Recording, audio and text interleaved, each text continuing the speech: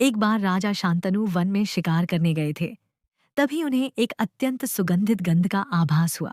उस अनुपम गंध से आकर्षित होकर उन्होंने वन में और गहराई से प्रवेश किया, यह जानने के लिए कि वह सुगंध कहाँ से आ रही है।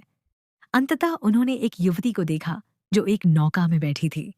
राजा ने उससे उसका परिचय पूछा। उस युवती ने कहा, मैं एक मछुआरे की पुत्री हूँ।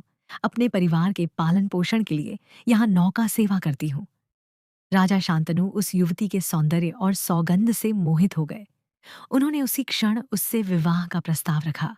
उन्होंने यह भी बताया कि उनकी पत्नी उन्हें छोड़कर जा चुकी है और उन्होंने दोबारा विवाह नहीं किया, परंतु अब वे उससे विवाह करना चाहते हैं।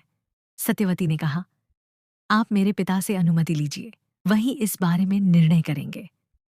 राजा शांतनु ने फिर उसके पिता से मिलकर सत्यवती का हाथ मांगा, किंतु धीवर ने कहा, राजन, आपकी पहली पत्नी से देवव्रत नामक पुत्र पहले ही जन्म ले चुका है, जो स्पष्ट रूप से सिंहासन का उत्तराधिकारी है।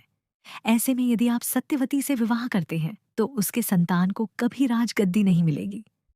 राजा शांतनु को यह सुनकर गहरा दुख हुआ। वे निराश होकर महल लौट आए।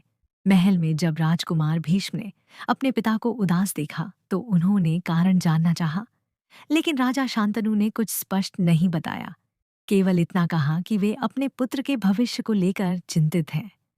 भीष्म ने फिर मंत्रियों से सत्यवती और उसके परिवार के विषय में जानकारी प्राप्त की।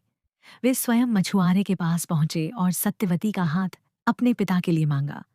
मछुआरे ने वही आपत्ति दोहराई, यदि सत्यवती से राजा के पुत्र होंगे तो वे कभी राजा नहीं बन पाएंगे, क्योंकि पहले से देवव्रत हैं। तब भीष्म ने यह भयंकर प्रतिज्ञा की, मैं कभी भी राज्य का उत्तराधिकारी नहीं बनूंगा। मछुआरा तब भी सशंकित रहा। यदि भविष्य में आपके पुत्र हों और वे सत्यवती के वंशजों से राज्य छीन लें तो? इस पर भीष्म ने दोबारा प्रतिज्ञा की, मैं जीवन भर ब्रह्मचारी रहूंगा, कभी विवाह नहीं करूंगा।